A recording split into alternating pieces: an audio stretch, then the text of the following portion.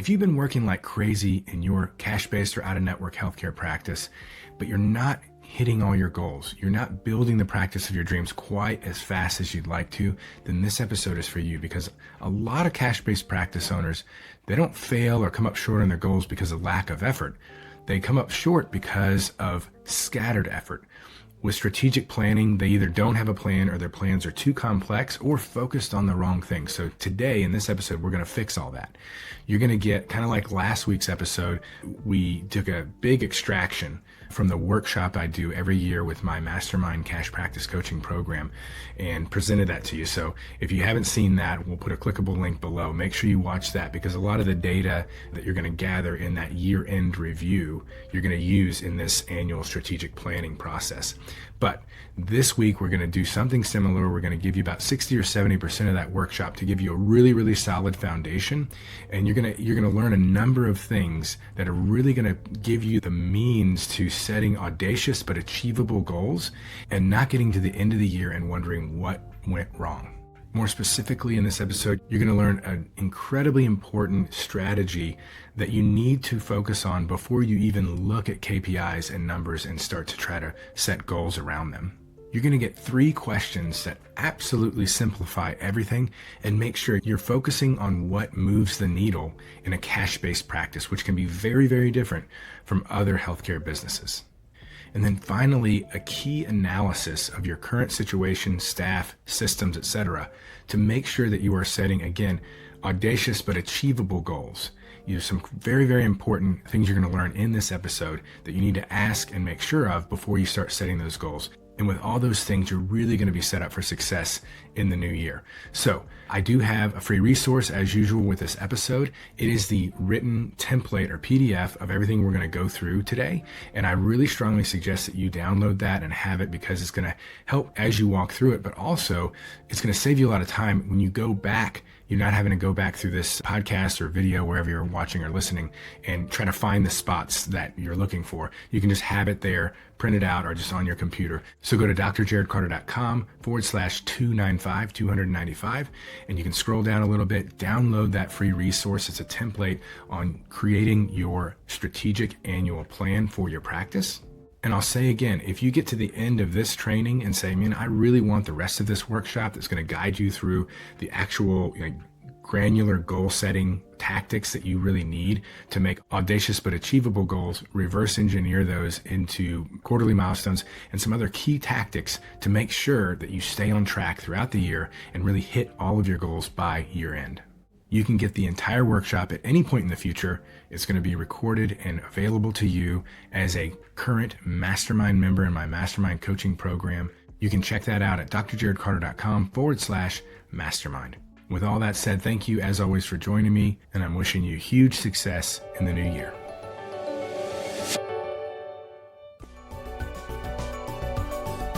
Last week did the annual year-end review. Now part 2, New Year strategic planning. First and foremost, whenever we're making decisions, like big decisions, especially about the business, as I've said many times, first thing you do is go back to, is this in line with our mission? Is it in line with our core values?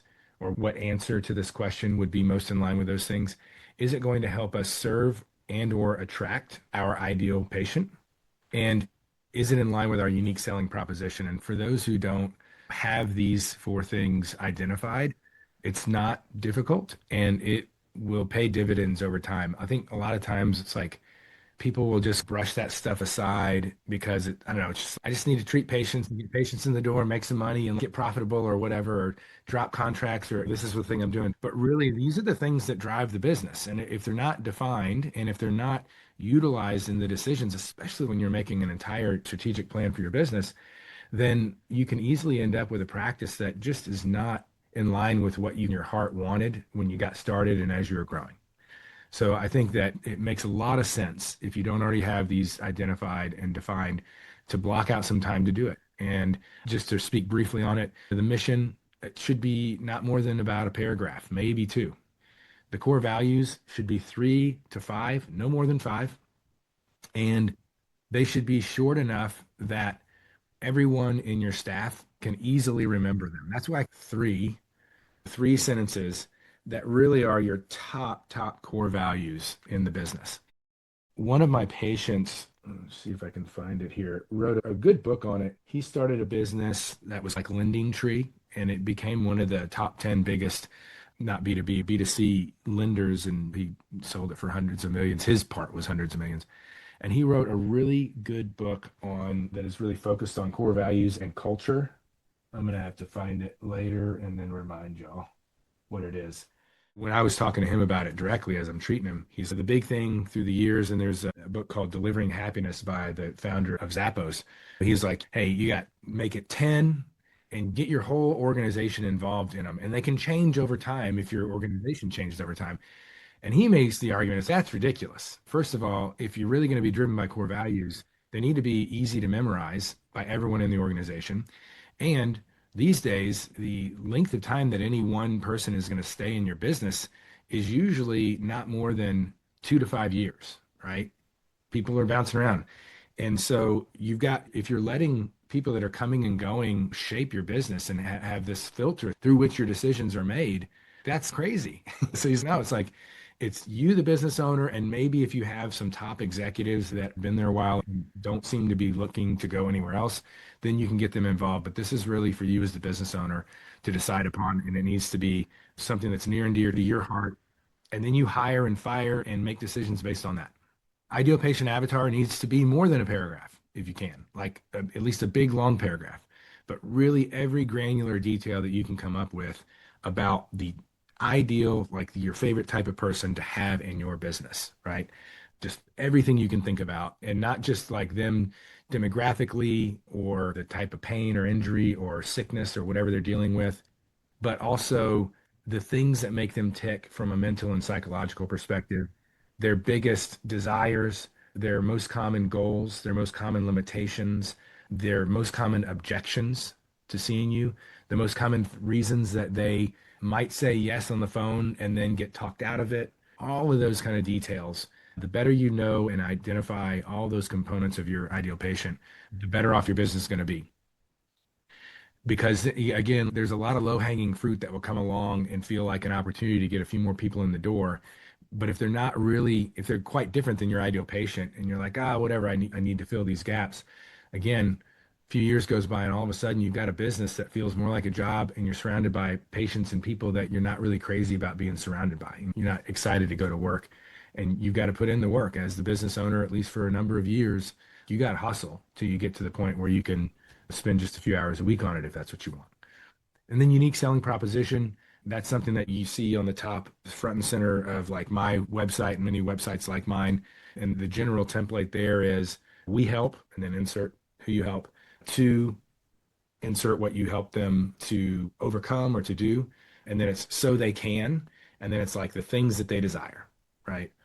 And then sometimes if it's not too long, you can say without, in our case as physical therapists, most of us here PTs, without pain pills, injections, and surgery, right? So it's like here, mine is we help active people in Austin to quickly recover from injury so they can keep playing their sport, working out, and enjoying life, something like that. It's just gone through a number of iterations over time, but that's the general template there. So I don't want to spend too much more time on that. A lot of people already have those things in place, but those that don't, please get them in place. Okay, so then we're going to look at three core questions. With strategic planning and year-end reviews, I think a lot of approaches can get way too overwhelmingly detailed. And this is already going to be detailed. But I think we start out with, instead of doing like, I used to do full SWOT analysis, and there you can see those who are familiar with SWOT analysis, strengths, weaknesses, opportunities, and threats. You'll see components of that in here, but I have wanted to distill and simplify things. And so we start by asking these three questions. First is, what's working well that we need to make sure we keep doing well and protect, or even pour fuel on that fire, double down on, right? So examples might be you have a referral source that's sending a ton of really high quality leads. One, you want to protect that, right? You want to protect and you want to double down on that. It's like, how do we make sure we keep this person happy for sending us patients and outperform those that are also probably grabbing at their attention? And then how do we create five more of those over the next year or two, right? Strong close rates on the phone or at eval, low drop off rates, a service that has particularly strong profit margins compared to other services. And again, for those who weren't here last week, you're going to see a lot, or who were here last week, a lot of these things are just pulling from the things we were looking at and then saying, okay, what are we going to do with that? So then where is revenue or capacity leaking the most? Where are we leaking profits and revenue? Common answers, and again, directly tied to our year-end review metrics, can be a number of things. This is not an exhaustive list by any means, but maybe it's those lead conversions. We've got plenty of leads coming in, but we're not getting great conversions on the phone to getting them to come in for an eval. Similarly, maybe we're doing great on the phone. We got plenty of leads, but our clinicians that are doing the evals are not getting a really great conversion into the next step, whether it's the next visit or a full plan of care or package purchase, right? Maybe like we're getting people to say yes on the phone, but there's a high no-show rate. When we looked at those numbers last week, it's like, man, we've got like 20% of people that are saying yes for an eval aren't coming in. That's like way too high. Maybe it's after they get established. We're only getting people on average 70% better is more common in cash pay. It's like they're 70% better, they're almost pain free, and they start to drop off because we haven't done and said the right things from the beginning and all the way through the plan of care. Underutilized provider schedules. Maybe we have capacity for more, but we've got gaps in the schedule. And that can go back to a lot of things. It's not just we don't have enough new patients. A lot of times it's our providers are not keeping people on schedule, right? A lot of times if we do a really good job with continuity and maintenance programs, if we have a provider that is really, people just love working with her or him. They love, whether it's hands-on or whatever it is, they love working with them. And you've got this program, and that person is really good at planting the seed that a lot of the patients continue on a once a month basis. All of a sudden, that provider is like so easy to keep schedule full compared to most others, right? So continuity programs can be huge for filling gaps, right? When you start out 50% full every month, that's a beautiful thing, right? Low revenue per plan of care. Again, that could be a drop-off rate issue. It could be a pricing, a rate issue, right? But just all these things that we looked at last, and when you're going to get your numbers soon and you calculate all this stuff, this is where you're going to say, all right, where was I leaking or not optimized and not living up to what we could make revenue-wise? Then what's the big constraint to growth or biggest constraint to growth? Maybe you don't have enough leads coming in, but a lot of practices will have plenty of leads, but not enough staff. Like I'm in that boat myself. Sometimes I don't have enough leads, and then we got to turn on ads and we got to figure that part out. But right now I'm understaffed, and I know a handful of others are in our group as well. We could be making a lot more money right now. It's killer. Like I was just on the phone with my admin. I'm like, we've been just at this for a while because I'm about to lose a therapist is retiring and moving. And I'm literally like, we've already used ChatGPT and her manually to find who are the most high credentialed 10 plus years in the field, badass manual therapists in town. I am going to choose 3 to 5 to go and get an eval. I'm all banged up always, so I can always get an eval. And I'm just going to go be a patient because we've reached out on social and we're not getting response. We've reached out via emails and we can find an email that's not. And I know this sounds terrible, but man, every other industry does it. And our industry very much does it too. And it's needle in a haystack finding the level of practitioner that I can place in our clinic, know that they're going to do an amazing job with just one kind of Zoom meeting with me a week. It's just a different scenario I have. That's where we're at. But other people, they have plenty of leads and their admin or whoever's answering the phone is just not converting well. So then later on, when we identify what are the problems, we'll plan out how to fix them. But these are the things where you just want to say, what's really constraining growth? And this is a big one too. Whether, and especially for solo providers and newer practices, but even when you have multiple clinicians, you can be in the habit of taking on too much or keeping too much on your plate and really being the bottleneck for progress. One really good example is if you're a PT and you work with PTAs and you don't have enough PTs to handle all the evals and re-evals. I've got one practice in the group right now that kind of was in that position for about a year. Because again, in most markets, it's really hard to hire, to find really quality hires. So yeah, for a long time, she was like the bottleneck for that business was she was the only PT. They still did 7 figures because they have a great membership program and a lot of ancillary add-on cash pay services and whatnot. But think about, am I overloaded? Do I feel like I'm on my wheels? Am I doing too much execution of daily tasks in the business such that I'm not working enough on the business and able to really move the business forward for that reason? So then step 3, we're going to set a small number of targets. We're going to choose our targets, right? Now, this is both related to some of these things up here with how are we constrained, where are we leaking, right? But also things just like true profit revenue, utilization, these things that we calculated last week or that you'll soon calculate when you have all your numbers, conversion targets, both phone conversions, or maybe it's even ad conversions, right? Maybe you're big on paid ads and you're keeping an eye on that and your conversions aren't where you want them to be there. Hey, I want to take my Google ad conversions from 1% to 3%, right? Or 1% to 5%, which is actually quite good for Google Ads. So knowing your numbers there and choosing your conversion targets and those numbers we did the benchmarks, not so much in ads, but for phone call conversions to evals and eval conversions to plans of care. We did cover that last week for benchmarks, what we're shooting for. So that conversion target might be, hey, we looked at it and we're only converting 60% of phone calls into cash pay evals. We really want to get that to 80%. Like our goal for most cash practices, if you're converting 80% on the phone, that's pretty solid. So and then we got retention and drop off targets. We got Google review acquisition. The list of this can go on. Last week, we talked a lot about the percentage of revenue we're attributing to payroll, to rent, and to marketing. If those are way off, you might want to have one of those or some of those as your targets. So you're going to choose those targets where you really want to set goals to improve, right? And then you're going to set those goals. And this is a little bit of a process here. So first, as you're setting the goals, I want you to ask the question each time, can our current staff I realistically hit these targets? And if not, what does it require to hit them? Do we need more leads? Do we need better conversions? Do we need higher rates? Do we need more provider hours or actual whole entire new hires, right? Or are there staff changes? When I ask this, can current staff realistically hit these?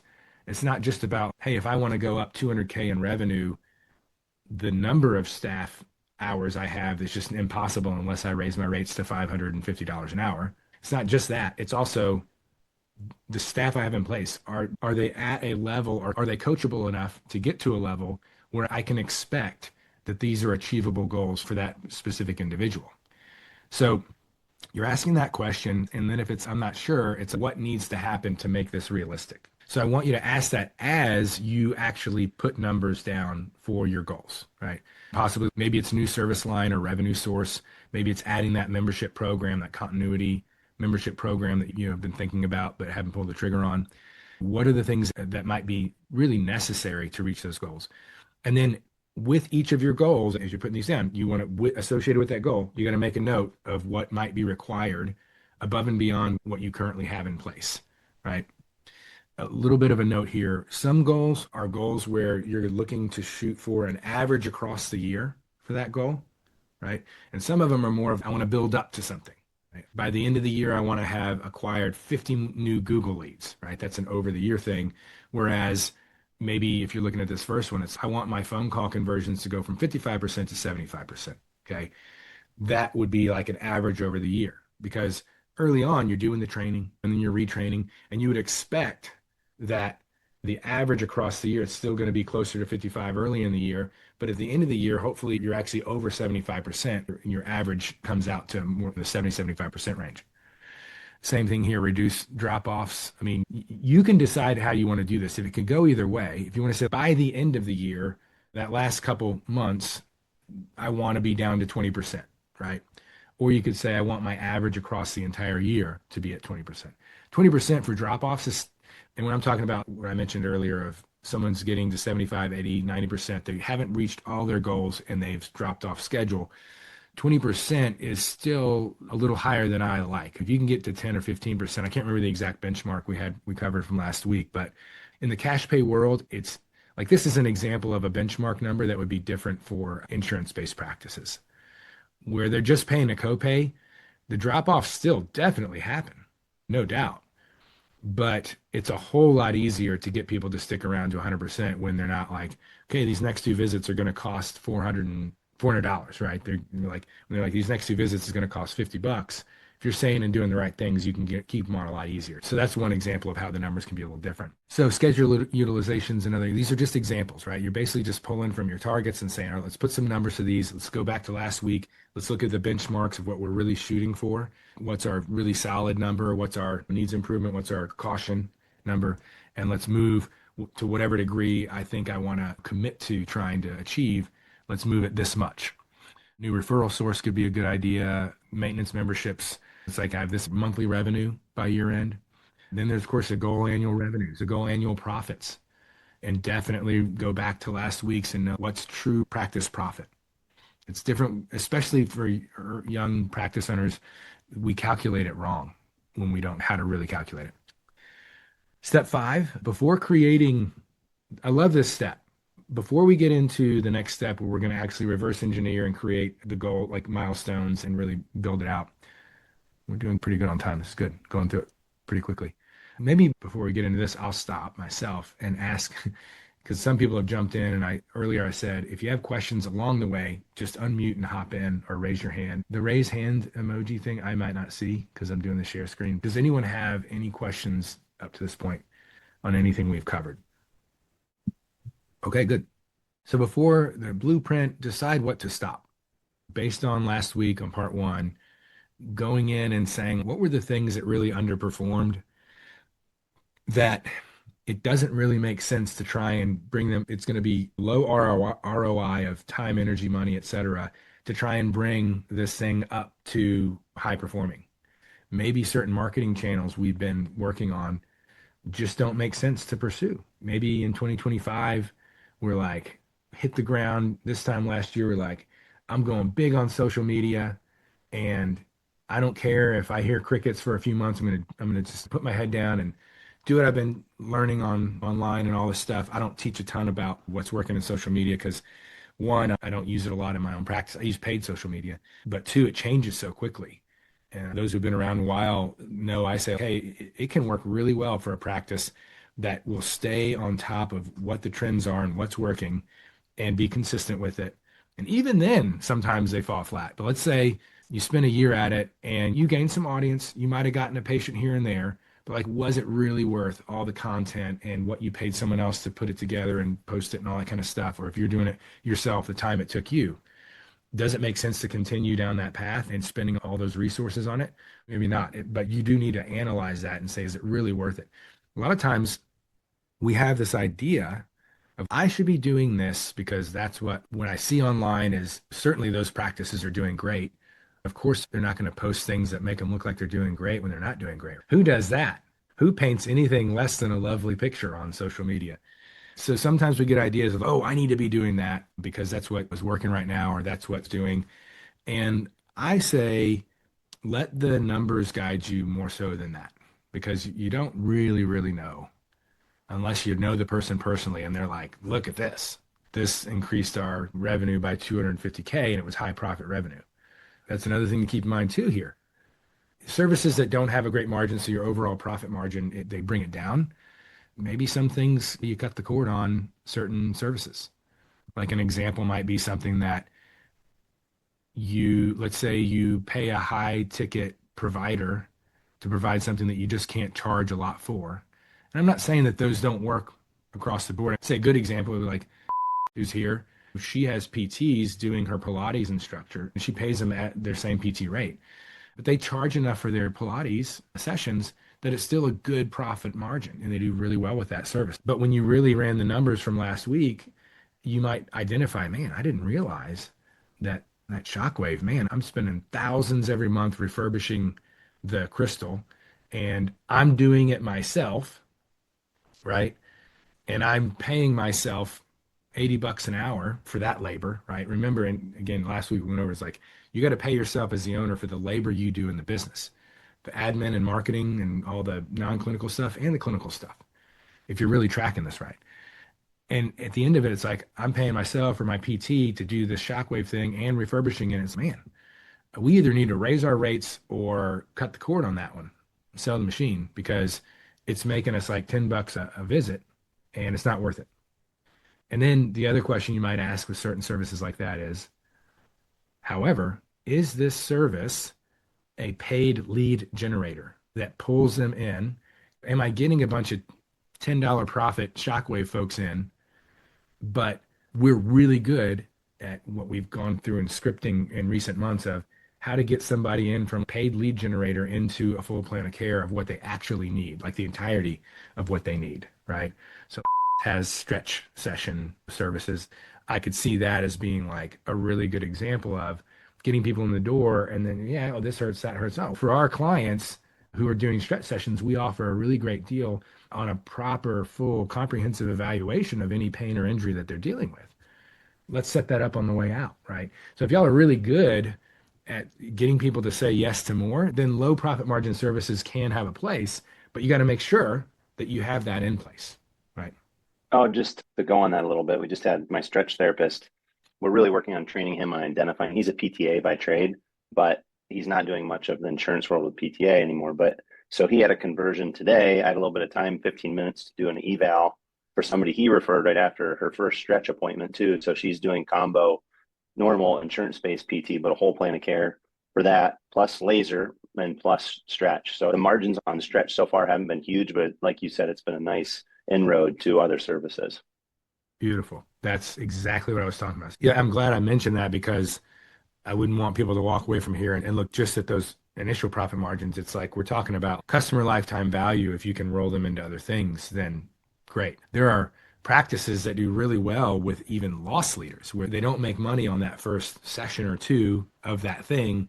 But in the long term, because they're so good at keeping people on schedule and selling them on other things that they really need, in addition to that thing they signed up for, you can actually lose money on the front end. In the long game, you're making a lot more. So keep those things in mind as well. And then, like, just looking at, are there things that I or staff are spending a decent amount of time on that really aren't moving the needle for the business?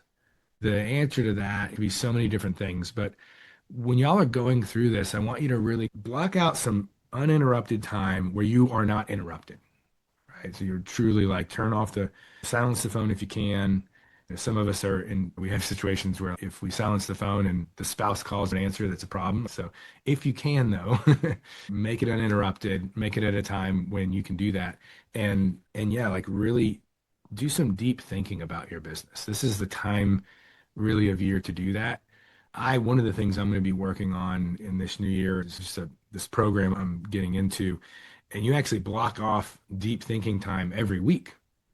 And it's a process that you go through, but definitely for this, make sure that you go through this not interrupted and not with 15 other tabs that you're working on this and that and just doing it like bit by bit. If you can really block out the time to really get into this and not be distracted and then have to come back to it and then do something else and come back to it. And so you can really get in and think through your business and identify more of these types of things where it's like that there's just not enough ROI on that to continue doing. We're going to stop doing that.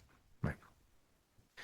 All right. So then now that we've gotten to that point, we've got our goals outlined, our targets, and then our goals. And now we're going to create the plan to hit each of those goals. So step one here is just to look at each one of them individually and say, what overall is going to have to be different in my practice for this goal to be achieved by year end. It's like that 10,000-foot view, not as granular as we're about to get with that. But first identifying it's, let's say you have a small cash pay practice and you feel you've been hustling and you've got a good amount of lead flow coming in and you've identified that your conversions on the phone with your administrator answering the phone are really subpar and you've worked on it for some time with him or her. It may not be like, hey, I need to really need higher conversions and I'm just going to focus on the training. It might be, I need someone in that role who's really more naturally gifted at those conversations. It might not be that person needs to be let go completely. I love the idea of having more than one administrator so you have that redundancy and backup and all that kind of stuff. And that's something I'm looking at doing this year is adding someone in, having two administrators for better phone coverage. Not conversion, she's great on the phone, but more of just more coverage and the ability to reach out to a lead immediately as they come through, that kind of thing. So just really taking that big overarching, what are the global things, if any, that might need to change or be in place or happen differently in my practice for this goal to really be achieved by year end. Then again, we're looking at each individual goal and you're going to identify, I say 2 to 4, sometimes it might just be one, but usually it's more than one of the primary drivers of the achievement of that goal, of improvement of that target, right? So I use drop off rate as an example here going through this part of the process. And so there's a number of things that drive in more. This isn't an exhaustive list by any means, but making the expectations really clear to the patient during the eval and certain scripts that not like slave driver, like you better not drop off, but like having scripts that really plant this proper seeds that you are in this with them to achieve 100% of their goals, right? These emotionally charged, important things to them, they're important to us too. That's what we're going for. And that is beyond pain free, right? Keeping you at a point or getting you to a point where you are not likely to regress, that you are going to be able to run those 10Ks until you're 80. And whether that's completely independently or maybe continuing to see us on an as needed basis or being a part of our incredible membership program, I can tell you about later. But we're in this to get you to 100% of that goal. Like really conveying that and making that clear in the beginning is huge.